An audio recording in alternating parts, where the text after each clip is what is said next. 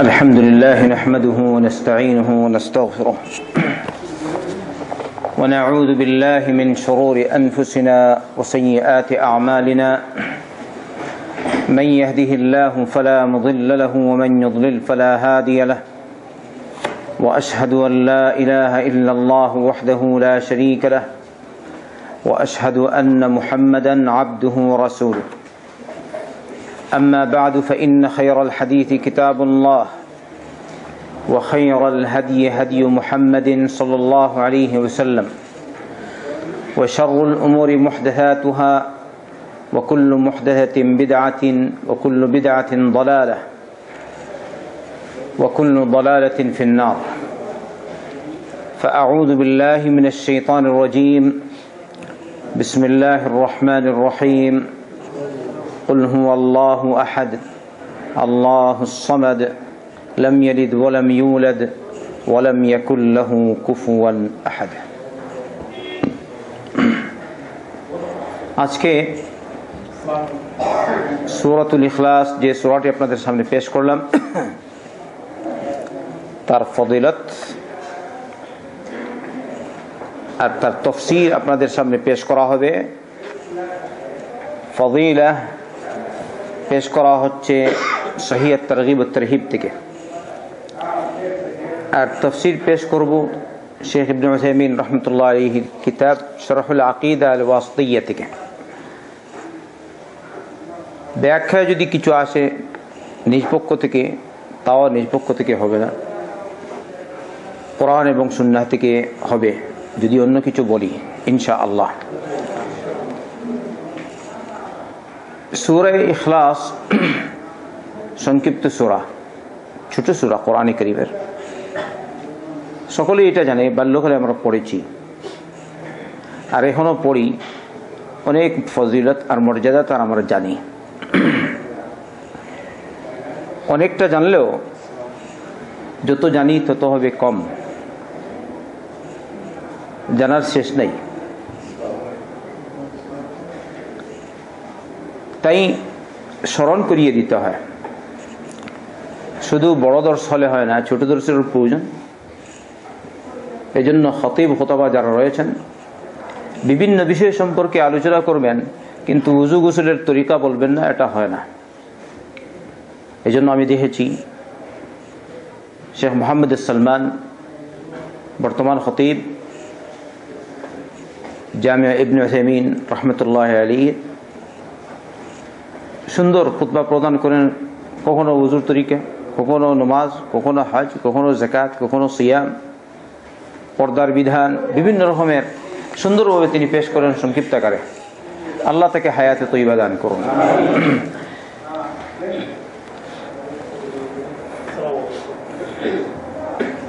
عن أبي هريرة رضي الله عنه قال أقبلت مع رسول الله صلى الله عليه وسلم فسمع رجلا يقرأ قل هو الله أحد الله الصمد لم يلد ولم يولد ولم يكن له كفوا أحد فقال رسول الله صلى الله عليه وسلم وجبت فسألته ماذا يا رسول الله فقال الجنة سبحان الله رواه مالك واللفظ له والترمذي قال الألباني صحيح। আবু হুরায়রা রাদিয়াল্লাহু আনহু বর্ণনা করেন, আমি আল্লাহ রাসূল সাল্লাল্লাহু আলাইহি ওয়াসাল্লামের সাথে ছিলাম, তার সাথে আসছিলাম। এমনি মুহূর্তে এক ব্যক্তিকে পড়তে শুনলাম কুল হুয়াল্লাহু আহাদ, এই সূরা। আল্লাহুস সামাদ লাম ইয়ালিদ ওয়া লাম ইউলাদ ওয়া লাম ইয়াকুল লাহু কুফুয়ান আহাদ। আল্লাহ রাসূল সাল্লাল্লাহু আলাইহি ওয়াসাল্লাম বললেন ওয়াজাবাত, অর্থাৎ ওয়াজিব হয়ে গেছে। আমি তাকে প্রশ্ন করলাম, হে আল্লাহ রাসূল, কি ওয়াজিব হলো? তিনি বললেন জান্নাত ওয়াজিব হয়ে গেছে। সুবহানাল্লাহ। আচ্ছা, সাহাবায়ে কেরাম রাদিয়াল্লাহু আনহুম আজমাইন যখন কুল হুয়াল্লাহ পড়তেন, অর্থ বুঝে পড়তেন না অর্থ না বুঝে পড়তেন? তাহলে অর্থ বুঝে পড়তে হবে, বোঝা গেল। কিন্তু কেউ যদি আমি জানি না, বাবার তো বুঝলাম, ইনশাআল্লাহ হয়ে যাবে। আর নয় আল্লাহর একত্ববাদ বুঝে পড়ে, তাহলে হয়ে যাবে আশা করি ইনশাআল্লাহ। কিন্তু একত্ববাদের জ্ঞান তো থাকতে হবে। এই জন্যই এই আয়াত এর ফজিলত বা এই সূরার ফজিলত মর্যাদা বেশি। আল্লাহর একত্ববাদের পরিচয় যেসব আয়াতে তুলে ধরা হয়েছে ওগুলির মর্যাদা বেশি।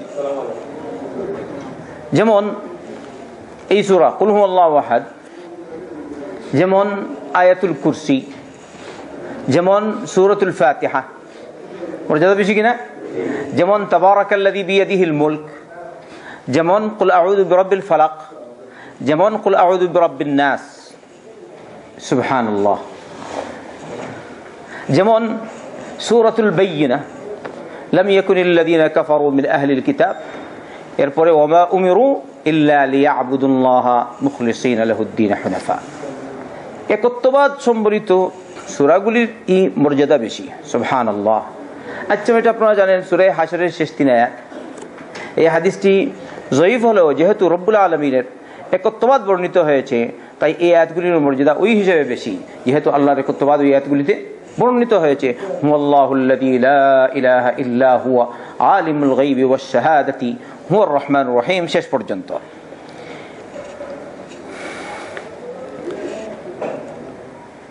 এরপরে আবু হুরায়রা রাদিয়াল্লাহু আনহু কর্তৃক আরেকটি riwayat, তিনি বলেন আল্লাহ রাসূল সাল্লাল্লাহু আলাইহি ওয়াসাল্লাম বললেন, উহশুদু, অর্থাৎ তোমরা জড়ো হও, একত্রিত হও। এর দ্বারা বোঝা গেল দর্শে লোকজন একসাথে মিলে বসবেন না আলাদা আলাদা বসবেন? কারণ নবী বলছেন উহশুদু, মানে জড়ো হও, একসাথে মিলে বসো। তাই কেউ এদিকে কেউ ওইদিকে, কেউ টেকরা গিয়ে বসলো আর কেউ আলাদা আলাদা একদম পিছনে, এটা হয় না। এতে আপনি দর্শের যে ফজিলত, সে ফজিলত থেকে মাহরুম থাকতে পারেন। তাই একসাথে মিলেমিশে বসবেন। আচ্ছা, আমরা যখন সালাত পড়ি, সালাতের কাতারে ফাঁক রেখে আপনারা দাঁড়ান না ফাঁক বন্ধ করে দাঁড়ান? এটা ওয়াজিব না সুন্নত? ওয়াজিব, না কি সুন্নাহ? ওয়াজিব। ওই রকম দর্শ শুধু জড়ো হয়ে আল্লাহু আকবার বলছেন কেন? فإني سأقرأ عليكم ثلث القرآن فحشد من حشد। বললেন আল্লাহ রাসূল সাল্লাল্লাহু আলাইহি ওয়াসাল্লাম, আমি তোমাদেরকে কোরআনের 1/3 পড়ে শোনাবো। তখন যে জড়ো হওয়ার সে জড়ো হলো, বুঝলেন? সবাই তার সমান হয় না, মনোযোগ সহকারে বসলো। তারপরে আল্লাহ রাসূল সাল্লাল্লাহু আলাইহি ওয়াসাল্লাম বেরিয়ে এসে তাদেরকে পড়ে শোনালেন, কুল হুয়াল্লাহু আহাদ আল্লাহুস সামাদ লাম ইয়ালিদ ওয়া লাম ইউলাদ ওয়া লাম ইয়াকুল লাহু কুফুয়ান আহাদ। এই সূরা আপনারা জানেন তো? একবার পড়েন তো দেখি আপনারা।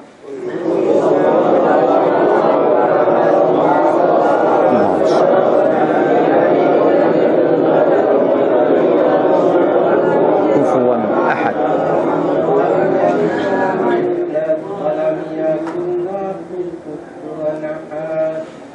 আচ্ছা, ঠিক আছে, আহাদ। আমি বুঝতে পারলাম, কারণ আওয়াজ শুনলাম তো, অনেকের আছে শুদ্ধ হয়নি। ঠিক না? ঠিক। যারা এখানে যারা শিক্ষিত আছেন, অর্থাৎ দ্বীনি শিক্ষায় শিক্ষিত, ওদের শুদ্ধ হয়েছে। আর যারা এমনি বস মাদ্রাসার দ্বারা কাছে যায়নি, বেশিরভাগ শুদ্ধ, কুল হুয়াল্লাহু শুদ্ধ নেই। যারা এখানে আশপাশে আছেন, আলিম যদি থাকেন, হাফেজ, পড়া শুনছেন আশপাশে, আমি যদি তাদেরকে জিজ্ঞেস করি তারা বলবে হ্যাঁ ঠিকই আছে। আচ্ছা, কি বলেন, সত্য বললাম না মিথ্যা? তাহলে আমাদের জন্য কোরআন শুদ্ধ করা উচিত কিনা? আপনার পিছনে থাকবেন না, কোরআনের হালকাগুলিতে অংশগ্রহণ করে কোরআন শুদ্ধ করার চেষ্টা করবেন। অথবা হালকায় আসতে পারলেন না, যদি আপনার কাছে রুমমেট কেউ থাকে ভালো, কোরআন পড়তে জানে, তার কাছে কোরআন পড়বেন। লজ্জা কি? আল্লাহর কালাম, এটা হচ্ছে ইবাদত। কোরআনে কারীমের প্রত্যেকটা অক্ষর পড়লে একটা প্রতি অক্ষরের পরিবর্তে 10 নেকি। আর আমি বলি তো কি 10 নেকি নয়, বাংলাদেশের কোন এক কারি সাহেবের পক্ষ থেকে আমি শুনেছিলাম একবার, তিনি বলেছিলেন 10 নেকি হয় না, বরং 100 নেকি। সুবহানাল্লাহ। আমি হিসাব করে দেখলাম তার কথা ঠিকই আছে। কারণ কি, আল্লাহ রাসূল সাল্লাল্লাহু আলাইহি ওয়াসাল্লাম বলেছেন, যদি কেউ কোরআন থেকে একটি অক্ষর পাঠ করে, তাহলে এই একটির বদলে আল্লাহ পাক তাকে 1 নেকি দিবেন, আর এই 1 নেকি হবে 10 নেকির সমান। এরকম একটা হাদিসে আল্লাহ রাব্বুল আলামিন বলেছেন, মান জাআ বিল হাসানাতি ফালাহু আশরু আমসালিহা। কেউ যদি 1 নেকি করে, তাহলে আমি তাকে এর থেকে 10 গুণ দেই। তাহলে 10 কে 10 এর সাথে মিলালে কত হচ্ছে? সুবহানাল্লাহ। আমি হিসাব করে দেখলাম কারি সাহেবের কথা ঠিকই আছে। অনেক মানে ওই বক্তব্য তার ছোটবেলা শুনেছিলাম, এখন আমার কাছে স্পষ্ট হচ্ছে এটা ঠিকই। কারণ ওই যে 10 নেকির কথা তো আল্লাহ রাসূল সাল্লাল্লাহু আলাইহি ওয়াসাল্লাম বললেন, আর এখানে হ্যাঁ এড করেন, তাহলে এড করে কত হচ্ছে? এছাড়া শুধু 100 না, রব্বুল আলামিন যদি আপনার এই 1 নেকি কবুল করে, হয়তো এর বদলে আপনি জান্নাত পেয়ে যেতে পারেন। একটি রিওয়ায়াত আছে, যদি কারো জন্য 1টি নেকি লেখা হয়, এর বদলে তার জন্য জান্নাত ওয়াজিব হয়ে যায়। আল্লাহু আকবার। তাই আমরা সকলে কোরআন পড়ি, সূরাতুল ইখলাস শিখি, সূরাতুল ফাতিহা শিখি। এই দর্শে যেহেতু আপাতত তাফসীরের ক্লাস চলছে, এই জন্য এইরকম বিভিন্ন সময়ে বিভিন্ন রকমের বিভিন্ন সূরা আপনাদের বা আয়াত আপনাদের সামনে পেশ করা হবে, তাফসীর ইনশাআল্লাহ। আপাতত আল্লাহ রাসূল সাল্লাল্লাহু আলাইহি ওয়াসাল্লাম সাহাবাদেরকে বললেন, তোমরা জড়ো হও। তারা জড়ো হলেন, আসলেন। আল্লাহ রাসূল সাল্লাল্লাহু আলাইহি ওয়াসাল্লাম এসে তাদেরকে পড়ে শোনালেন কুল হুয়াল্লাহু আহাদ, শেষ পর্যন্ত যে সূরাটি আপনারা পড়লেন। তারপরে এই সূরা পড়ার পরে তিনি আবার ঘরে চলে গেলেন। কারণ আল্লাহ রাসূল সাল্লাল্লাহু আলাইহি ওয়াসাল্লামের ঘর তো মসজিদের কাছেই ছিলেন, আপনারা জানেন সবাই। মুহাম্মদ রাসূলুল্লাহ সাল্লাল্লাহু আলাইহি ওয়াসাল্লামের কবর যেখানে আছে, ওটা হচ্ছে তার ঘর, মা আয়েশা রাদিয়াল্লাহু আনহার ঘর। তাহলে মসজিদ কোথায় আর ঘর কোথায়? হ্যাঁ, মা আয়েশা রাদিয়াল্লাহু আনহার ঘর আর নবীর মসজিদ একসাথেই ছিল, দেয়াল বসছিল আর এরকম। এজন্য মুহাম্মদ রাসূলুল্লাহ সাল্লাল্লাহু আলাইহি ওয়াসাল্লাম যখন ইতিকাফে থাকতেন, মা আয়েশা রাদিয়াল্লাহু আনহা তার চুল চিরুনি করে দিতেন উপর থেকে, ভিতর থেকে। আর মা আয়েশা রাদিয়াল্লাহু আনহার মর্যাদা অনেক, আল্লাহু আকবার। এর মধ্যে থেকে একটা হচ্ছে, মা আয়েশা রাদিয়াল্লাহু আনহার ঘরে আল্লাহ রাসূল সাল্লাল্লাহু আলাইহি ওয়াসাল্লামের মৃত্যু হয়েছে। আর ওই দিন মৃত্যু হয়েছে, বা ওই রাত্রে মৃত্যু হয়েছে, ওই দিন মৃত্যু হয়েছে যেদিনে মা আয়েশার পালা ছিল। সুবহানাল্লাহ। আর যে সময় মারা গেছেন, ওই সময় আল্লাহ রাসূল সাল্লাল্লাহু আলাইহি ওয়াসাল্লাম মা আয়েশার কোলে টেক লাগিয়েছিলেন। সুবহানাল্লাহ। আর মারা যাওয়ার পূর্বে আল্লাহ রাসূল সাল্লাল্লাহু আলাইহি ওয়াসাল্লামের মুখ মুবারকে মা আয়েশার থুতু লেগেছে। সুবহানাল্লাহ। কিরকম লেগেছে? ওই আয়েশা সিদ্দিকা রাদিয়াল্লাহু আনহার ভাই আসলেন। ওই সময় আয়েশা সিদ্দিকা রাদিয়াল্লাহু আনহার ভাই আব্দুর রহমান বিন আবি বকর, তার কাছে ছিল একটা মিসওয়াক। নবী করিম সাল্লাল্লাহু আলাইহি ওয়াসাল্লাম মিসওয়াকের দিকে তাকাচ্ছিলেন। তখন মা আয়েশা মনে করলেন আল্লাহ রাসূল সাল্লাল্লাহু আলাইহি ওয়াসাল্লাম মিসওয়াক করতে চেয়েছেন, তাই তিনি এর একটা অংশ ভেঙে ওইটাকে দাঁত দিয়ে কামড়িয়ে নরম করে মুহাম্মদ রাসূলুল্লাহ সাল্লাল্লাহু আলাইহি ওয়াসাল্লামকে দিলেন। আর মুহাম্মদ রাসূলুল্লাহ সাল্লাল্লাহু আলাইহি ওয়াসাল্লাম মিসওয়াক করলেন। কি বলেন? মা আয়েশার ফজিলত বেশি কিনা? আল্লাহু আকবার, আল্লাহু আকবার। কিন্তু এখানে আমি মা আয়েশার ফজিলত বলার উদ্দেশ্য তো না, তাই বলি। তো মুহাম্মদ রাসূলুল্লাহ সাল্লাল্লাহু আলাইহি ওয়াসাল্লাম ঘরে গেলেন এই সূরা পড়েই। তারা মনে করলেন তাইলে তো আল্লাহ রাসূল সাল্লাল্লাহু আলাইহি ওয়াসাল্লাম বললেন, আমি তোমাদেরকে 1/3 কোরআন অর্থাৎ 10 পারা পড়ে শোনাবো। তো একটা সূরা পড়লেন, চলে গেলেন। তারা তো আর বুঝতে পারেনি ব্যাপারটা। এবারে একজন আরেকজনকে বলছেন, হয়তো আল্লাহ রাসূল সাল্লাল্লাহু আলাইহি ওয়াসাল্লামের কাছে কোনো বিশেষ ওহী এসেছে, যার ফলে তিনি ঘরে চলে গেছেন। আর না, তারপরে আল্লাহ রাসূল সাল্লাল্লাহু আলাইহি ওয়াসাল্লাম আসলেন, বেরিয়ে এসে বললেন, ইন্নী কুলতু লাকুম সাআকরাউ আলাইকুম সুলুসাল কুরআন আলা ইন্নাহা তা'দিলু সুলুসাল কুরআন। সুবহানাল্লাহ। বলেন, আমি তোমাদেরকে বলেছিলাম আমি তোমাদেরকে 1/3 কোরআন পড়ে শোনাবো। তোমরা বুঝতে পারো নি, শোনো, এই সূরাই হচ্ছে কোরআনে কারীমের 1/3 সমান। কিন্তু আমরা তো বুঝি না। অনেক মুসলমান এই জায়গায় রয়েছে, বাইরে যাওয়ার প্রয়োজন নেই, রিয়াদে যাওয়ার প্রয়োজন নেই, এই যায়।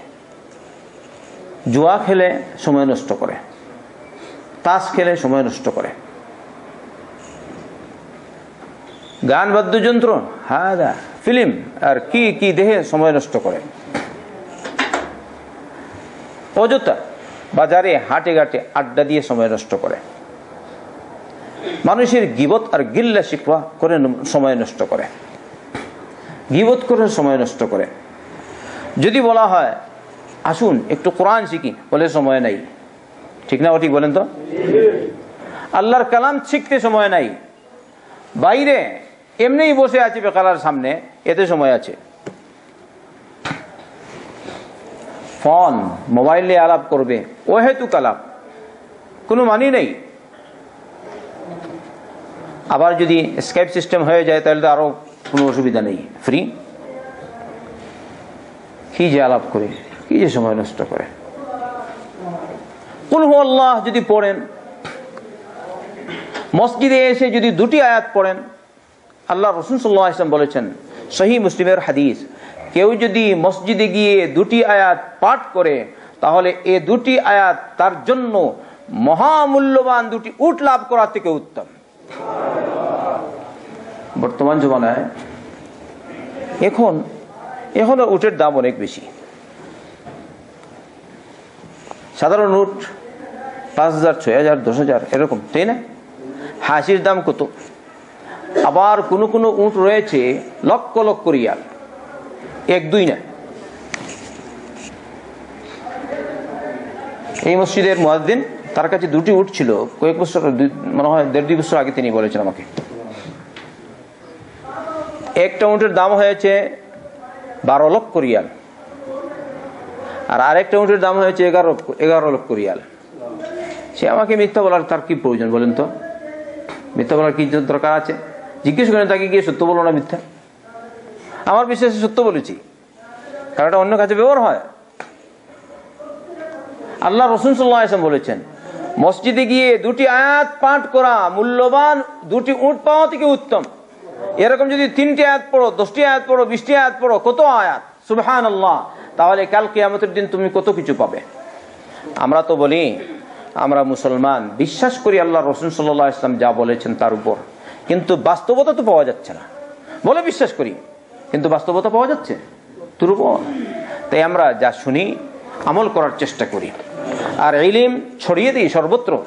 আপনি হয়তো আমল করলেন না, ইলম ছড়ালেন, ইলম প্রচার করলেন। আপনি ইলম প্রচার করেছেন, আরেকজন শুনেছে, আরেকজন হয়তো সে আমল করতে পারে। এই জন্য কখনো কখনো এখনো এরকম দেখতে পাই, কোনো মানুষ আমাদের এই দর্শে আসে না, আরেকজনকে বলেছে, ও এসেছে, ও এসে উপকৃত হয়েছে, কিন্তু সে কখনো আসে না। এরকম আছে কিনা? আমাকে কয়েকজন বলেছেন, সুবহানাল্লাহ বিহামদি। এখানে হয়তো উপস্থিত সময় আপনারাও থাকতে পারেন, কেউ কয়েকজন আমাকে এরকম বলেছে, অমুক আমাকে বলেছে, সে আসে না কিন্তু আমাকে বলেছে, সুবহানাল্লাহ, সে সব পেয়ে গেল। আচ্ছা, আরেকটা হাদিস, এই রিওয়ায়াতটি বা হাদিসটি মুসলিমের। আবু দারদা রাদিয়াল্লাহু আনহু বলেন, আল্লাহ রাসূল সাল্লাল্লাহু আলাইহি ওয়াসাল্লাম বলেছেন, আয়াজিজু আহাদুকুম আন ইয়াকরা ফি লাইলাতিন সুলুসাল কুরআন, তোমাদের একজন কি কোনো একটি রাতে 1/3 কোরআন পাঠ করতে অপারগ হবে? সাহাবায়ে কেরাম বললেন, ওয়া কাইফা ইয়াকরা সুলুসাল কুরআন, কারণ 10 পারা পড়তে তো সম্ভব না, ওই জন্য পড়তে পারে 10টি পারা। হাফিজুল কোরআন হলেও যারা শুধু ওই কাজে লেগে থাকে ওরা, আর সাধারণত সময় বের করাটা 10টি পারা পড়তে খুব কষ্ট, হাফিজ হলেও। সাহাবায়ে কেরাম বলেন, ইয়া রাসূলুল্লাহ, তাহলে কোরআনের 1/3 পড়বে কিরকম? আল্লাহ রাসূল সাল্লাল্লাহু আলাইহি ওয়াসাল্লাম বললেন, কুল হুয়াল্লাহু আহাদ তা'দিলু সুলুসাল কোরআন, কুল হুয়াল্লাহু আহাদ হচ্ছে কোরআনে কারীমের 1/3 কোরআনের সমান। সুবহানাল্লাহ। ওই আগেরটাই তাইলে বুঝা গেল বক্তব্য শুধু একইবার দেননি, বিভিন্ন সময় এই সূরার ফজিলত পেশ করেছেন, ঠিক না? একবার এটা বলেছেন, আরেকবার এরকম বলেছেন, আরেকবার এরকম বলেছেন। তাই আমরা যে দর্শে বারবার বলি একটা কথা, এটা কিন্তু কোরআন ও সুন্নাহ বিরোধী না। রব্বুল আলামিন কোরআনে কারীমে মুসা আলাইহিস সালামের ঘটনা একবার উল্লেখ করেছেন না অনেকবার? ইউনুস আলাইহিস সালামের ঘটনা একবার উল্লেখ করেছেন না অনেকবার? নূহ আলাইহিস সালামের ঘটনা একবার উল্লেখ করেছেন না অনেকবার? বুঝতে পারলেন? এগুলো স্মরণ করিয়ে দেওয়া হয়। অনেকে আছে বলে আমি জানি, আমি দর্শে কেন যাব? দর্শে আসলে যে দর্শ পেশ করে হয়তো সে তোমার থেকে কমও জ্ঞান রাখতে পারে, এটা অসম্ভব কিছু না, কিন্তু এই দর্শের ফজিলত রয়েছে অনেক বেশি। দর্শে কোরআন, দর্শে হাদিসের ফজিলত বেশি। তোমার হয়তো জ্ঞান বেশি, কিন্তু এতে তুমি এসে জড়ো হয়েছো এদের সাথে আল্লাহর জিকিরের মজলিসে। এই সময় তোমাকে ঘেরাও করে, এই মজলিসকে ঘেরাও করে বসলেন ফেরেশতাগণ। সুবহানাল্লাহ। আচ্ছা বলেন, ফেরেশতাগণ যখন ঘেরাও করে বসেন, যেভাবে হাদিসে এসছে, তাহলে বোঝা গেল যেভাবে ফেরেশতাগণ ঘেরাও করে বসেন, তারাও তো এরকম জড়ো হয়ে বসেন। তারা একজন আরেকজনকে বলেন, হালু হালুমু ইলা হাজাতিকুম, তোমাদের প্রয়োজন তোমরা পূরণ করতে পারবে, এখানে চলে এসো। একজন আরেকজনকে ডাকেন, চতুর্দিকে ঘেরাও করে বসেন, আর একজনের উপর আরেকজন করে এরকম করে বসেন, এমনকি আকাশ পর্যন্ত তাদের লাইন পৌঁছে যায়। সুবহানাল্লাহ। এটা আমার কথা নয়, আল্লাহ রাসূল সাল্লাল্লাহু আলাইহি ওয়াসাল্লামের ফরমান। মজলিস যখন শেষ হয়ে যায়, রব্বুল আলামিন বলেন, আমার বান্দাদেরকে আমি মাফ করে দিলাম। উশহিদুকুম আন্নী ক্বাদ গাফারতু লাহুম। এই হাদিস আপনারা অনেকবার শুনেছেন, তাই না? আমি তোমাদেরকে সাক্ষী রাখছি, আমি আমার বান্দাদেরকে মাফ করে দিলাম। ফেরেশতাগণ বলেন, ইয়া রাব্বুল আলামিন, এদের মধ্যে থেকে কিছু মানুষ এসেছে বাজারের জন্য, উদ্দেশ্য তাদের বাজার ছিল, আর এসেছে মজলিস পেয়ে গেছে, এখানে বসে গেছে। কিছু মানুষ এরকম আছে কিনা? আলহামদুলিল্লাহ, মুশকিল। ওই বাজারের জন্য এসেছে, দেখলো উপরে সেন্টারের দর্শ, বলো আলহামদুলিল্লাহ। আর কেউ কেউ হয়তো মনে করতে পারে না 2টার দিকে তারা খাবার দিবে, তাহলে চলে যাই উপরে একটু, হ্যাঁ 5 মিনিট শুনে আর খাবার খেয়ে চলে এলাম। অসুবিধা কি? হলে তার তবু আলহামদুলিল্লাহ, কারণ তুমি পেয়ে গেছো ফজিলত মর্যাদা। ওই সময় রব্বুল আলামিন বলেন, আমার এইসব বান্দা এমন বান্দা, এদের সাথে যারা বসবে ওদেরকেও আমি আমার রহমত থেকে বঞ্চিত করতে পারবো না। সুবহানাল্লাহ। তাহলে কেউ যদি আসে, মনে হয় একদিন এসে গেল 2টার পরে খাবার, হলে না অথবা এমনি এসছে, ওখানে সব জায়গায় তো সব দর্শে তো আর খাবার হয় না, আসলে একটু বসে গেল, বলে একটু দেখি কি বলে, পরে চলে গেছে। যদি নিয়ত যদি খালিস হয় তাহলে আরো ফজিলত পাবে, আর যদি নিয়ত না এমনি। কিন্তু এই হাদিস যদি এমনি আসে, তাহলে এই হাদিস দ্বারা কি বোঝা গেল? যদি মুসলমান হয় তাহলে রব্বুল আলামিন একেও মাফ করে দিবেন। সুবহানাল্লাহ। তাহলে এটা প্রচার করা জরুরি কিনা? প্রচার করবেন। আপনি এমনি বসে থাকবেন না, বলেন শুধু আমিই যাব, আর কেউ কিছু নেব না। হয়তো আপনি এক রুমে থাকেন, আপনার এক রুমে আরো মানুষ আছে, আরো 4-5 জন। তুমি হয়তো মনে করছো সেন্টারে গেলে আমি হজে চলে যাব, ওদেরকে আর বলবো না, হ্যাঁ ও তোমার রুমমেট, ওদেরকে বলবো না। অথবা ওর জ্ঞান বেড়ে যাবে, ও স্মরণশক্তি বেশি, আমি কায়দা পড়তে পারছি না, ও এসে মাশাআল্লাহ কায়দা পড়ে দিচ্ছে। আমি কোরআন পড়তে পারছি না, ও এসে পড়ে নিবে খালি, ওকে আর বলে না। জায়েজ না জায়েজ? স্পষ্ট তো বাংলা? আল্লাহ আমাদেরকে বুঝার তৌফিক দিন, আমরা যেন কৃপণতা না করি। আল্লাহ তুমি আমাদেরকে মাফ করো, আমাদেরকে হেদায়েত দাও। আরেকটা রিওয়ায়াত শুনেন, আবু সাঈদ আল খুদরি রাদিয়াল্লাহু আনহু বলেন, আন্না রাজুলান সামিআ রাজুলান ইয়াকরাউ কুল হুয়াল্লাহু আহাদ ইউরাদ্দিদুহা। এক ব্যক্তি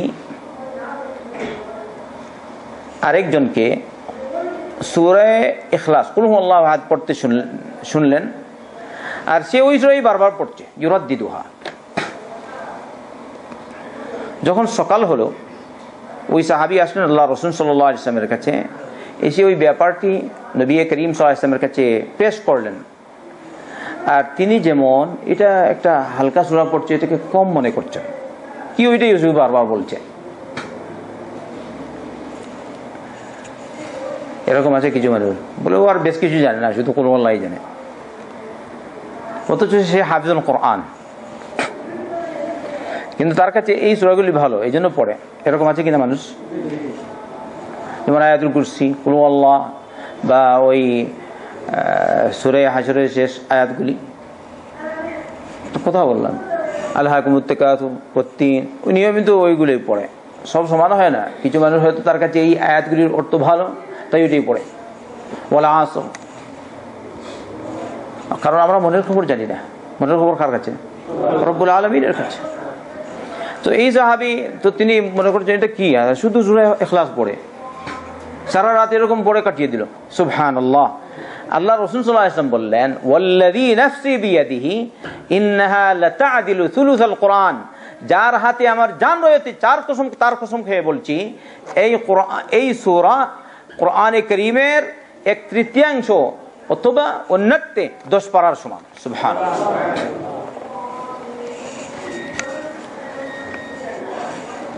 আর এই সাহাবী এই সূরা যে বারবার পড়ছেন, নাসাইতে একটি riwayat আছে, আল্লাহ রাসূল সাল্লাল্লাহু আলাইহি ওয়াসাল্লাম একবার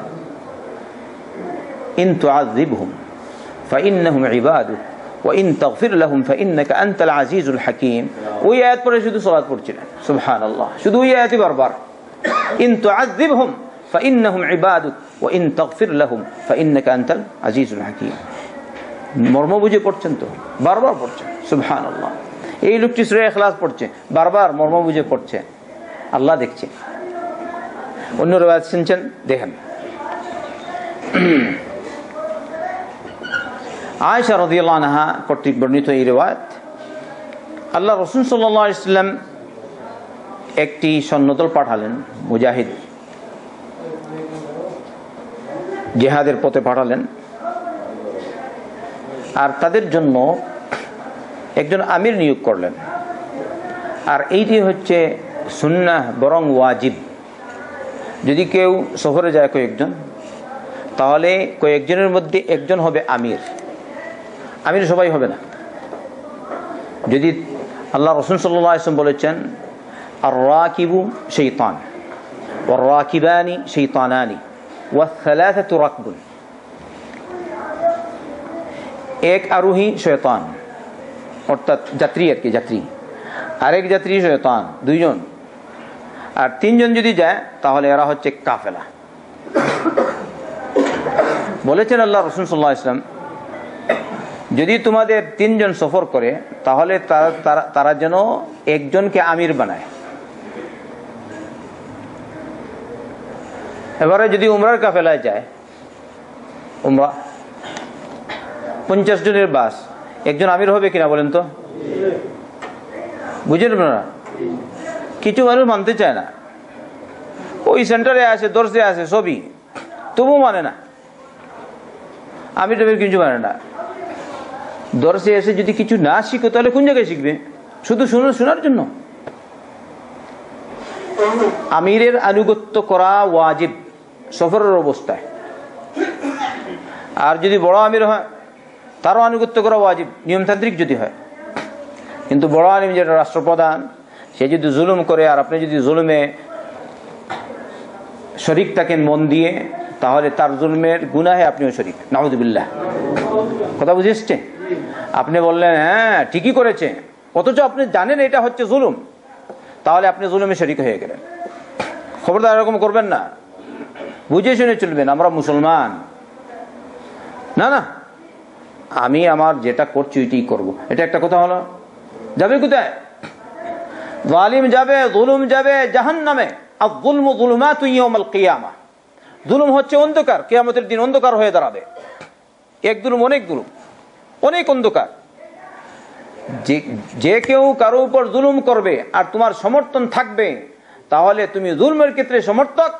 এই অবস্থায় তোমারও হাসর হবে কাল কিয়ামতের দিন ওই জালিমের সাথে। আমি আপনাদেরকে জিজ্ঞেস করতে চাই, আমরা জালিমের সাথে থাকতে চাই না ভালো লোকের সাথে থাকতে চাই? যদি আমরা মজলুমের সাথে থাকতে চাই, মজলুমের সাথে থাকার চেষ্টা করো, যদি তৌফিক থাকে। নাই তো কিছু বলো না, অন্তর দিয়ে ঘৃণা করো, কিন্তু আবার খুব খুশি, জুলুম হচ্ছে খুব খুশি, আরো দিক। কি বলেন? ইন্না লিল্লাহি ওয়া ইন্না ইলাইহি রাজিউন, ইত্তাকুয যুলমা। আল্লাহ রাসূল সাল্লাল্লাহু আলাইহি ওয়াসাল্লাম বলেছেন, তোমরা জুলুম থেকে বাঁচো। আল্লাহ রাব্বুল আলামিন বলেছেন হাদিসে কুদসিতে, ইয়া ইবাদি ইন্নী হাররামতু যুলমা আলা নাফসি ওয়া জাআলতুহু বাইনাকুম মুহাররামান ফালা তাযালামু। হে আমার বান্দাগণ, আমি যুলুমকে আমি আমার নিজের উপর হারাম করেছি, আর এই যুলুমকে তোমাদের ক্ষেত্রেও হারাম করেছি। অতএব তোমরা একজন আরেকজনের উপর জুলুম করবে না। তাহলে আমরা কেউ যেন জুলুম না করি, সমষ্টিগত ভাবেও না, একা একা যেন না, কারো ইজ্জত যেন হানি না করি। শুধু রাগ করলে হয় না। একজন ইজ্জতওয়ালা মানুষ, তাকে দিলেন থাপ্পড় একটা, আপনি বলেন হ্যাঁ আমি কম নাকি দিয়েছি, কি বলেন? কাল কিয়ামতের দিন রব্বুল আলামিন আপনার থেকে এর প্রতিশোধ নেবে, যদি দুনিয়াতে না নেয়। নিবে কিনা? আর না হয় এইসব জালিমদেরকে আল্লাহ আমরা দেখেছি বেশিরভাগই আল্লাহ দুনিয়াতেই ধরে নেয়। ফেরাউনকে ধরেনি? কিরকম ধরেছেন? তাই তুমি যদি ছোট জালিম হও, বলে হ্যাঁ একে এরকম দিয়েছে, আজকে ঠিক করে দিয়েছে, হ্যাঁ তাহলে তুমি ছোট জালিম, তুমিও কম না। যদি এক থাপ্পড় দাও, ও হয়তো কিছু বললো না, কিয়ামতের দিন ও তোমাকে কোটি কোটি অসংখ্য অগণিত মানুষের সামনে তোমাকে থাপ্পড় দিবে, তখন বুঝবে তুমি জুলমের প্রতিকার কাকে বলে। সবাই বলি নাউযুবিল্লাহ। আল্লাহ আমাদেরকে হেফাজত করুন। আচ্ছা আসেন, আল্লাহ রাসূল সাল্লাল্লাহু আলাইহি ওয়াসাল্লাম যুদ্ধের জন্য পাঠিয়েছেন সেনাবাহিনী, যুদ্ধের জন্য, জিহাদের জন্য পাঠিয়েছেন, কাফিরদের বিরুদ্ধে, জালিমদের বিরুদ্ধে পাঠিয়েছেন। আর সবচেয়ে বড় জালিমকে, যে মুশরিক, যে কাফের, যে নাস্তিক, যে মুলহিদ, যে আল্লাহর একত্ববাদ মানে না, সে হচ্ছে জালিম। জালিমের বিরুদ্ধে পাঠাতেন আল্লাহ রাসূল সাল্লাল্লাহু আলাইহি ওয়াসাল্লাম সৈন্যবাহিনী। তো তাদের এই যে সৈন্যদল, এদের একজন আমির নিয়োগ দিলেন আল্লাহ রাসূল সাল্লাল্লাহু আলাইহি ওয়াসাল্লাম। এবারে আমির সাহেব তিনি লোকজনকে নিয়ে সালাত আদায় করেন। আমির হবেন যিনি, তিনি ইমামতি করেন। আর আমাদের আমির কি বলেন, ইমামতি করতে পারবে? আমির বলতে বুঝছেন তো, বড় আমির যেটা, ইমামতি করতে পারবে? যদি বলে না আমি সূরা জানি, তবুও হবে? হবে না। আচ্ছা আসি, ভালো করে বুঝো। আর বর্তমান আমিরও না, সাবেক আমিরও না, ঠিক না? ঠিক, বর্তমান আমির না আর সাবেক আমিরও না। কেউ হয়তো বলতে পারে তাইলে হয়তো উনি ওকে সমর্থন দিয়েছেন। আমি এক্ষেত্রে উভয়কেই সমর্থন দিই না, যেহেতু মুহাম্মদ রাসূলুল্লাহ সাল্লাল্লাহু আলাইহি ওয়াসাল্লাম বলেছেন লা ইউফলিহু কওমুন ওয়াল্লাহু আমরাহুম ইমরাআতান। আল্লাহ নবী বলেননি, যেসব গজব নাজিল হয়েছে, প্রথমে যখন ওইটা বসলো তখন আল্লাহর পক্ষ থেকে গজব নাজিল হয়েছে। বর্তমানে তো আপনারা গজব দেখছেনই কি অবস্থা। ইন্না লিল্লাহ। আল্লাহ তুমি আমাদের হেফাজত করো, আমাদের দেশের হেফাজত করো, মুসলমানদের হেফাজত করো, ঈমান আমলের হেফাজত করো। বুঝো, শুধু তুমি নামাজ পড়লে হবে না যদি তোমার আকীদা ঠিক না হয়। আল্লাহ রাসূল সাল্লাল্লাহু আলাইহি ওয়াসাল্লামের পিছনে রাইসুল মুনাফিকিন আব্দুল্লাহ বিন উবাই বিন সুলুল নামাজ পড়তো কিনা? ঠেকায় পড়ে পড়তো, ঠেকায় পড়ে পড়তো। কিন্তু সে কি মুসলমান? লা, ইন্নাল মুনাফিকিনা ফিদ দারকিল আসফালি মিনান নার ওয়া লান তাজিদ লাহুম নাসীরা। মুনাফিকদের ঠিকানা জাহান্নামের সর্বনিম্ন স্তরে। আর এদের অন্যতম হচ্ছে আব্দুল্লাহ বিন উবাই বিন সুলুল, যে বাহ্যিক ছিল মুসলমান কিন্তু বাস্তবে মুসলমান ছিল না, সে ছিল মুনাফিক। নাউযুবিল্লাহ। তাই শুধু আলিমদের বেশ ধরে কথা বললে হবে না, আলেমের বেশ ধরে কিন্তু কথা বলে কাফিরদের পক্ষে, কিরকম সে আলিম হবে? আমি একদম সাধারণ সেন্সে এখন কথা বলছি, কারোর সাথে আমার সম্পর্ক নাই। আমার সম্পর্ক মনে করেন এখন আপনাদের সাথে, মনে করেন আল্লাহ রসুলের সাথে। আপনাদের সম্পর্ক কার সাথে? আল্লাহ রসুলের সাথে। সবাই ইনশাআল্লাহ, গড়বড় নাই। ওই সেন্সে আমি কথা বলছি। আমি কোনো দলের বুকে বলতে চাই না, বাইরেও বলতে চাই না, ভিতরেও বলতে চাই না। কিন্তু যে কথা বললাম যদি সত্য হয় কেন মানবেন না? আমার নবী কি বলে যাননি, ওই জাতি কখনো সফল হতে পারে না যে জাতি কোনো নারীর হাতে ক্ষমতা হস্তান্তর করলো? এটা কি নবীর ফরমান না? আমার ফরমান, বুখারী বের করে দেবো। তুমি এবারে বলো না না ये जायज है, এটা জায়েজ, এটা জায়েজ, এরকম করে লাভটা কি? নবীর ফরমান যেটা ওইটা। যদি আমাদের অনেকে মেনেছেন বাধ্য করে, কিন্তু আমাদেরকে বোঝা দরকার নবী করিম সাল্লাল্লাহু আলাইহি ওয়াসাল্লামের ফরমান বর্তমানে বাস্তবায়িত হচ্ছে, কিন্তু আমরা আল্লাহর রহমত থেকে নিরাশ না। রব আছেন, রহমান রহিম রয়েছেন। ইনশাআল্লাহ সারা বিশ্বের মুসলমানদের উপর আল্লাহ রহম করবেন। আবার হয়তো মার খাওয়ার পরেই ইসলামের পতাকা আবার জীবিত হবে, আবার উঠবে, পুনরুত্থিত হবে। মার খেলে আপনি বলবেন এখানে বসে আছে, না না, আপনি জানেন না কত বৎসর, শত শত বৎসর ব্রিটিশ প্রশাসন ছিল ভারত উপমহাদেশে, কিন্তু ওখানকার সমস্ত মুসলমান কি বেদিন হয়ে গিয়েছিল? বলেন তো আপনারা, মুসলমান তো ছিল। এরকম যদি নাস্তিক, ভারতে বর্তমানে পাকিস্তান আর ভারত দ্বিখণ্ডিত হওয়ার পরে পাকিস্তান হলো মুসলিম রাষ্ট্র, আর ভারত রয়ে গেল তার ওই রাষ্ট্র, অমুসলিম বলবো না, ওই রাষ্ট্র, তাই না? ওই রাষ্ট্র। আচ্ছা, এবারে নাম দিয়েছে গণতান্ত্রিক রাষ্ট্র, কিন্তু কাজ আছে কি গণতন্ত্রের? যদি গণতান্ত্রিক রাষ্ট্র হিসেবে কাজ থাকতো তাহলে বাবরি মসজিদ তো তারা ধ্বংস করতে পারতো না, পারতো?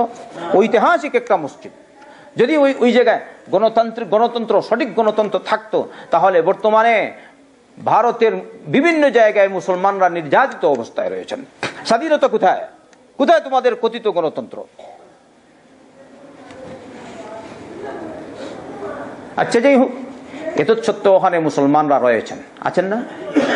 কত ভালো ভালো মুসলমান রয়েছেন, কত আলিম উলামা রয়েছেন, মুহাদ্দিসিন রয়েছেন। আমি জানি বেশ কয়েক বছর পূর্বে, কত বছর পূর্বে, মনে হয় 20 বছর আগে, আল্লাহু আ'লাম, আমার ফুল সনটা স্মরণ না, আমি মক্কা মুকাররমায় হজে গেছি। রাশিয়ার এক আলিমের সাথে আমার সাক্ষাৎ হলো। ওই সময় তো আমি ছোট ছিলাম, বুঝতে পারছেন তো, কত বছর আগের কথা বললাম। আর এখন বিদেশি যারা দেখি, হ্যাঁ সালাম টালাম করি, সাক্ষাৎ করি, হাল তৈব। হ্যাঁ, উনি আমাকে দেখলেন, একটু হয়তো তার কাছে ভালো লেগেছে, দেখছেন হয়তো সে তো তালিবে ইলমের মতো লাগে, আমাকে জিজ্ঞেস করলেন এখানে মাকতাবা কোন জায়গায় পাবো? আমি বললাম মাকতাবা আশপাশেই আছে, কি করবেন? তিনি বললেন আমি কিছু কিতাব কিনতে চাই। তারপরে কথাবার্তা হয়েছিল। তিনি বললেন এই বছর রাশিয়ার সরকার 70 বছর পরে মুসলমানদের জন্য হজের অনুমতি দিয়েছে, আর আমি এসছি এইবার। সুবহানাল্লাহ, 70 বছর পর, বাদ 70 সানা।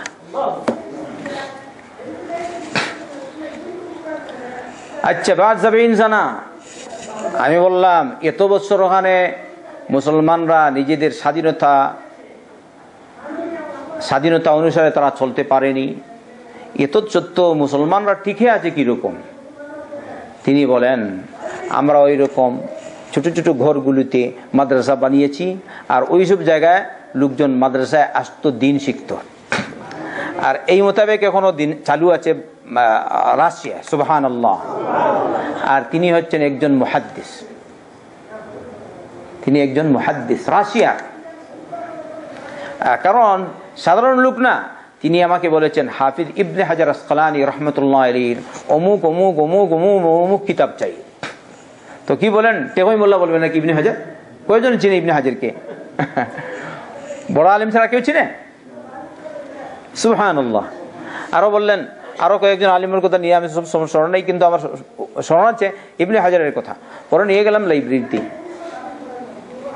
তিনি ওখানে, আমি তাকে লাইব্রেরিয়ানকে সাথে তাকে পরিচয় করিয়ে দিলাম।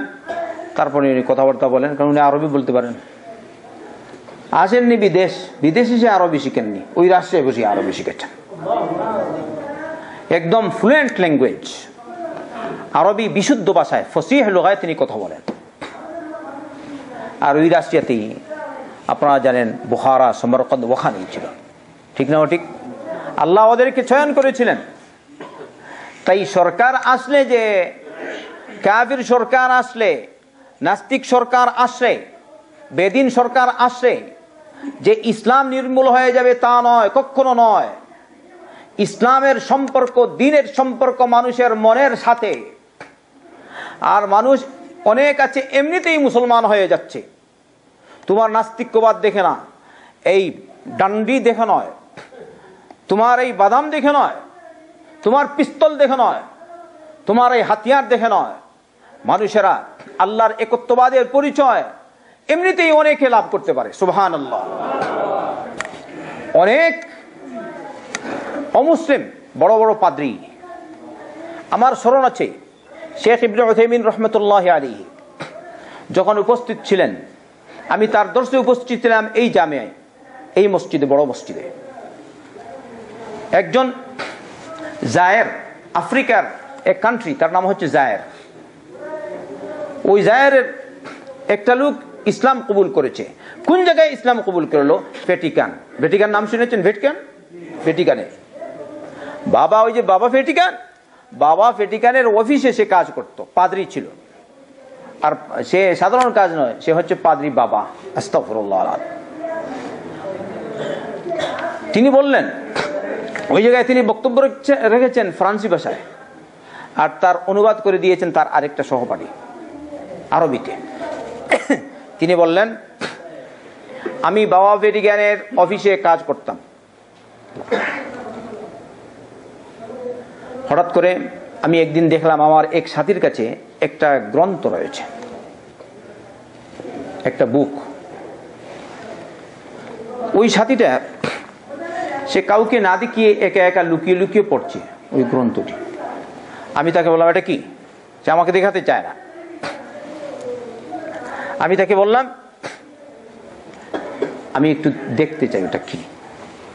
উনি নিয়ে গেলেন, নিয়ে তাকে বললেন, তুমি আমাকে এই গ্রন্থটি 3 দিনের জন্য ধার দাও। 12, ইংলিশে 12 বলে না, 12 আমাকে দিয়ে দাও। তিনি তার কাছ থেকে 3 দিনের জন্য নিয়ে আসলেন। এটা পড়ছেন, আবার কপি করেছেন। বলছেন, আমি কোরআনের ফার্স্ট চ্যাপ্টার যখন বের করলাম, তার কথা মোতাবেক ফার্স্ট চ্যাপ্টারের পর দ্বিতীয় চ্যাপ্টার, ওই একদম তো শুরুতেই ওখানে দেখলাম, সূরা বাকারার শুরুতেই দেখলাম ওখানে রয়েছে, ওয়াল্লাযীনা ইউমিনুনা বিমা উনজিলা ইলাইকা ওয়া মা উনজিলা মিন ক্বাবলিকা ওয়া বিল আখিরাতি হুম ইউকিনুন। এরা হচ্ছে তারা যারা ঈমান রাখে ওই কিতাবের উপর যে কিতাব আপনার প্রতি নাজিল হয়েছে, আর ওই কিতাবের উপর বা ওই সব কিতাবের উপর যেসব কিতাব, যেসব গ্রন্থ আপনার পূর্বে নাজিল হয়েছে। সুবহানাল্লাহ। আপনি তো জাহিল, কিছু বুঝেন না। ও কিন্তু বিজ্ঞানী বা জ্ঞানী ব্যক্তি, বিদ্বান মানুষ, স্কলার। সে এবারে এখানেই বাস, ওয়াল্লাযীনা ইউমিনুনা বিমা উনজিলা ইলাইকা ওয়া মা উনজিলা মিন ক্বাবলিকা, এখানেই সে আটকে গেছে। বলছে, তাইলে তো মুসলমান, আমরা তো দূর থেকে বলি মুসলমান, ঠিক না? এখন দেখি তারা বলছে কোরআনের উপর ঈমান রাখে, আর আমাদের যে বাইবেল, আমাদের যে ইনজিলে মুকদ্দাস, তার উপরও তারা ঈমান রাখে। সুবহানাল্লাহ। ব্যাপারটা বুঝতে পারছেন? শুধু এমনি বস জি আর না বলে না, বিদ্যানের একটু বুঝে শুনে কাজ করে। আল্লাহ তাকে হেদায়েত দিয়েছেন। হ্যাঁ, শুধু এই আয়াত পরেই সে বলছে আমি ইসলাম কবুল করলাম। সুবহানাল্লাহ। পরে অনেক লম্বা কিচ্ছা তিনি বলেছেন, ওই লম্বা কিচ্ছায় যাব না। তাহলে হেদায়েতের মালিক আল্লাহ রাব্বুল আলামিন। তুমি ডান্ডি মারবে আর অমুক লাগিয়ে দিবে, তুমুক লাগিয়ে দিবে, হবে না। ইসলাম থাকবেই থাকবে কিয়ামত পর্যন্ত। লা তাকুমুস সাআ হাত্তা লা ইউকালা ফিল আরদি আল্লাহ আল্লাহ। যতক্ষণ পর্যন্ত পৃথিবীতে আল্লাহ আল্লাহ বলার মতো লোক থাকবে, ততক্ষণ পর্যন্ত কিয়ামত সংগঠিত হবে না। আপনি যান ওই ভ্যাটিকানে, বলে দিলাম, ওখানে চলে গেছে ইসলাম। গেল কিনা ইসলাম? যেখানে মুসলমান যাওয়া নিষেধ, ওখানে চলে গেছে। ওখানকার পাদ্রী ইসলাম কবুল করেছে। তারপরে এর মাধ্যমে হাজার হাজার মানুষ আফ্রিকি ইসলাম কবুল করেছে। আপনি যাবেন কোথায়? যান সারা বিশ্বে, কোন জায়গায়, কোন শহরে নাই মুসলমান? আমার যেমন হয় এমন কোন জায়গা পাবেন না যেখানে মুসলমান নাই। সুবহানাল্লাহ। হয়তো একজনই থাকতে পারে, রাষ্ট্রে তো আছেই, মনে হয় শহরও বাদ পড়বে না। খুঁজে দেখুন। আসি, এই যে সৈন্যদল পাঠালেন, তাদের রয়েছেন আমির। আমির তাদেরকে নিয়ে সালাত পড়েন। সালাত তো পড়েন, শেষ মুহূর্তে কুল হুয়াল্লাহু আহাদ অবশ্যই পড়েন, এই সূরা। যখন তারা ফিরে আসলেন, জিজ্ঞেস করলেন আল্লাহ রাসূল সাল্লাল্লাহু আলাইহি ওয়াসাল্লামকে, যে এই লোকটি সবসময় শুধু সূরা ইখলাস পড়তো, কুল হুয়াল্লাহু আহাদ। হ্যাঁ, আল্লাহ রাসূল সাল্লাল্লাহু আলাইহি ওয়াসাল্লাম বললেন সালুহু লিআইয়ি শাইইন ইয়াসনাউ যালিকা, ওকে জিজ্ঞেস করো সে কেন করতো এটা। তখন তিনি বললেন লিআন্নাহা সিফাতুর রহমান, কারণ ওখানে রহমানের পরিচয় রয়েছে। সুবহানাল্লাহ, আল্লাহর পরিচয় রয়েছে, এই জন্য আমি পড়ি। তাহলে বললাম না মনের সম্পর্ক, আল্লাহর পরিচয়। কুল হুয়াল্লাহু আহাদ, হ্যাঁ, আল্লাহুস সামাদ, লাম ইয়ালিদ ওয়া লাম ইউলাদ ওয়া লাম ইয়াকুল লাহু কুফুয়ান আহাদ। মন থেকে পড়তেন। আমি আল্লাহর, আমার দয়াময় রবের যেহেতু পরিচয় রয়েছে, এই জন্য আমি বারবার পড়ি। এটা পড়ি আমার রবকে আমি চিনার জন্য। সুবহানাল্লাহ। বলছেন ওয়া আনা উহিব্বু আন আকরা বিহা, এজন্য আমি পড়ি, একে আমি ভালো পাই। আল্লাহ রাসূল সাল্লাল্লাহু আলাইহি ওয়াসাল্লাম বললেন আখবিরুহু আন্নাল্লাহা ইউহিব্বুহু, ওকে জানিয়ে দাও সে যেভাবে আল্লাহকে ভালোবাসে ওইভাবে আল্লাহও তাকে ভালোবাসে। অন্য রিওয়ায়াতে এসেছে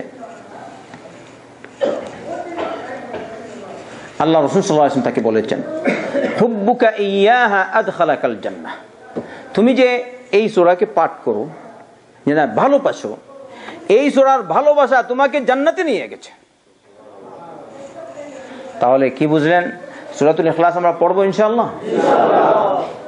আর যাদের আগে বলেছি যাদের মধ্যে ত্রুটি রয়েছে, অর্থাৎ পড়া শুদ্ধ হচ্ছে না, আপনারা বুঝেন, যেখানে টান নেই টান দিলেন, ঠিক না?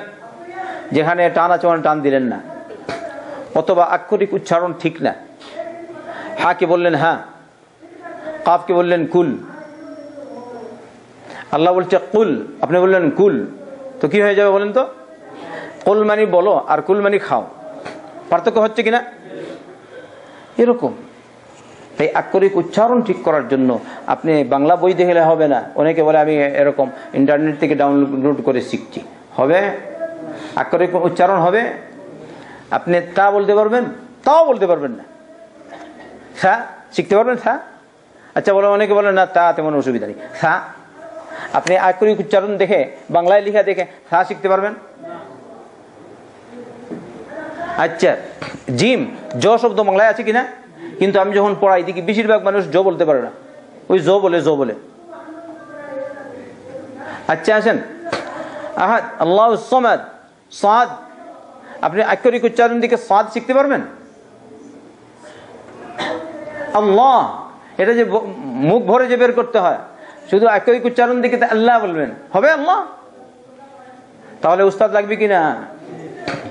উস্তাদ ছাড়া হয় না। মুহাম্মদ রাসূলুল্লাহ সাল্লাল্লাহু আলাইহি ওয়াসাল্লামকে জিবরিল আলাইহিস সালাম এসে কোরআন শোনাতেন, আর মুহাম্মদ রাসূলুল্লাহ সাল্লাল্লাহু আলাইহি ওয়াসাল্লাম জিবরিলকে শোনাতেন। আর এই ধারা কিয়ামত পর্যন্ত থাকবেই। তাই মাদ্রাসা বন্ধ করে দেওয়ার চেষ্টা করবেন না। যতদিন মুসলমান থাকবে মাদ্রাসা থাকবে, যতদিন মুসলমান থাকবে মসজিদ থাকবে ইনশাআল্লাহ তাআলা। মসজিদ মাদ্রাসা বন্ধ করে দেওয়ার ক্ষমতা কারণেই আল্লাহ ছাড়া। আল্লাহ জিন্দা রাখবে। ইন্নামা ইয়ামুরু মাসাজিদাল্লাহ মান আমানা বিল্লাহি ওয়াল ইয়াউমিল আখির ওয়া আকামাস সালাতা ওয়া আতাজ যাকাত। আল্লাহর ঘর মসজিদ নির্মাণ করে তারাই যারা ঈমান রাখে আল্লাহর উপর। তাহলে মসজিদের সাথে সম্পর্ক কিসের? মাদ্রাসার সম্পর্ক কিনা? যদি মাদ্রাসা না থাকে তাহলে আল্লাহর কালাম শিখবে কোথায়? মাদ্রাসা যদি না থাকে হাদিস শিখবে কোথায়? যদি মাদ্রাসা না থাকবে মাসলা মাসাইল শিখবে কোথায়? তাই মাদ্রাসা বন্ধ করে দেয়া যাবে না। মুসলমান রাষ্ট্রে এরকম অপতৎপরতা করবেন না। আল্লাহর পক্ষ থেকে আযাব নাজিল হবে, হবেই হবে ইনশাআল্লাহ। বড় দুঃখ লাগে যখন বলা হয় মাদ্রাসা রাখতে নাই। আপনারা হয়তো অনেকেই জানেন কিনা? খবরদার, কেউ হক গোপন করো না। একদিন তোমাকে মরতে হবে। যদি আমার এখানে কেউ থাকে আমার আলোচনা শুনছে, কোরআন এবং সুন্নাহকে সামনে রেখে কথা বলছি। মাদ্রাসা যদি না থাকতো তাহলে আজকে আমি নামাজ শিখতে পারতাম? মাদ্রাসা যদি না থাকতো আমি জানাজার সালাত পড়তে পারতাম? যদি মাদ্রাসা না থাকে তাহলে আমার জানাজা কে পড়াবে বলো তো? তাহলে আমি কিরকম মুসলিম? যাই হোক আমার ভাইরা, এই দুর্যোগ মুহূর্তে আমাদের সকলকে মুসলমান হিসেবে আমরা যদি মুসলমান থেকে আল্লাহর দিকে রুজু করব, কারো উপর বিপদ দেখে হাততালি দিবেন না, কারণ ইসলামকে রেখে যদি বিপদ আসে তাহলে এটা গোটা ইসলামকে নিয়ে বিপদ আসলো, ব্যক্তিগত কারণে নয়। এই জিনিসটা বোঝা দরকার। বলবেন না আমার দল না, আমার দল না, ওই না, তোমার দল আর বল দিয়ে কি করবে? আপনি যখন কবরে যাবেন আপনাকে বলা হবে মার রব্বুক ওমা দীনুক ওমান নবিয়্যুক, তোমার রবকে, তোমার দিন কি, তোমার নবীকে, এই তিনটি প্রশ্ন করা হবে কিনা? তখন কি বলা হবে? না তুমি জামাত ইসলামী, তোমার আমিরকে। এটা কথা বললাম। তুমি ছাত্রলীগ আর তুমি আওয়ামী লীগ, তোমার আমিরকে বলা হবে? আর 4 গুন্ডা বিএনপি, তোমার কি? আর একটা ইসলামী ঐক্যজোট, বলা হবে তোমার আমিরকে? হেফাজত ইসলাম, বলা হবে আমিরকে? আহলে হাদিস, তোমার আমিরকে? ছোট আমির গুন্ডা আর বড় আমির গুন্ডা, আচ্ছা আরো কত দল আছে, বলা হবে না। তখন বলা হবে তোমার রবকে, ঠিক না? তোমার দিন কি, আর তারপরে কে? তোমার নবীকে। বলেন মুহাম্মদ রাসূলুল্লাহ সাল্লাল্লাহু আলাইহি ওয়াসাল্লাম। তাহলে যারাই ইসলাম, যাদের মধ্যে ইসলাম রয়েছে, যারাই মুসলমান, যখন ইসলামের বিরুদ্ধে কথা বলবে তখন আর দলাদলি নাই, সবাই ইসলামের ছায়াপথে চলে আসবে। আচ্ছা এই রায় আপনারা এ মতে একমত পোষণ করেন? এর মধ্যে কোনো সন্দেহ আছে নাকি? আমার যেমন কেউ সন্দেহ করবে না যদি ইসলাম থাকে তার মধ্যে। আল্লাহ আমাদেরকে বুঝার তৌফিক দিন। আল্লাহ তুমি আমাদেরকে হেদায়েত দাও, হকের পথে থাকার তৌফিক দাও। বাকি এই গেল সূরাতুল ইখলাসের ফজিলত। এতটুকু বর্ণনা করলাম, বেশ কয়েকটি হাদিস আপনারা শুনেছেন, আর প্রাসঙ্গিক যা বলেছি তাও বলেছি কোরআন এবং হাদিসকে সামনে রেখেই বলবো, আউট কিছু বলিনি ইনশাআল্লাহ। সূরাতুল ইখলাসের তাফসীর আগামী সপ্তাহে ইনশাআল্লাহ তাআলা। এটা আর হবে না, যেহেতু সময় হয়ে গেছে, দেখবি না ব্যাখ্যা। আল্লাহর কাছে দোয়া করি আল্লাহ তুমি আমাদেরকে মাফ করো, আমাদের মা বাবাকে মাফ করো। আমাদের ভাই মামুনকে সবাই চেনেন, তার আম্মা গতকালকে মারা গেছেন, আল্লাহ তাকে জান্নাতুল ফিরদাউস নসিব করুন। আরও যারা মারা গেছেন তাদের জন্য দোয়া করা উচিত, আল্লাহ তাদেরকে মাফ করুন, গুনাহ আল্লাহ মাফ করুন, তাদেরকে জান্নাতুল ফিরদাউস দান করুন, তাদের সকলের পরিবার পরিজনকে ধৈর্য ধারণ করার তৌফিক দান করুন। বাংলাদেশের মুসলমানদেরকে আল্লাহ তুমি হেফাজত করো, ইসলাম মুসলমানদের হেফাজত করো। যারা বুঝে না, হয়তো বুঝছে না, আল্লাহ ওদেরকে তুমি হেদায়েত দাও, আল্লাহ ওদেরকে হেদায়েত দাও, আল্লাহ তুমি ওদেরকে হেদায়েত দাও। রব্বানা তাকাব্বাল মিন্না ইন্নাকা আনতাস সামিউল আলিম ওয়া তুব আলাইনা ইন্নাকা আনতাত তাওয়াবুর রহিম। اللهم صل وسلم وبارك على محمد وعلى آله وصحبه أجمعين।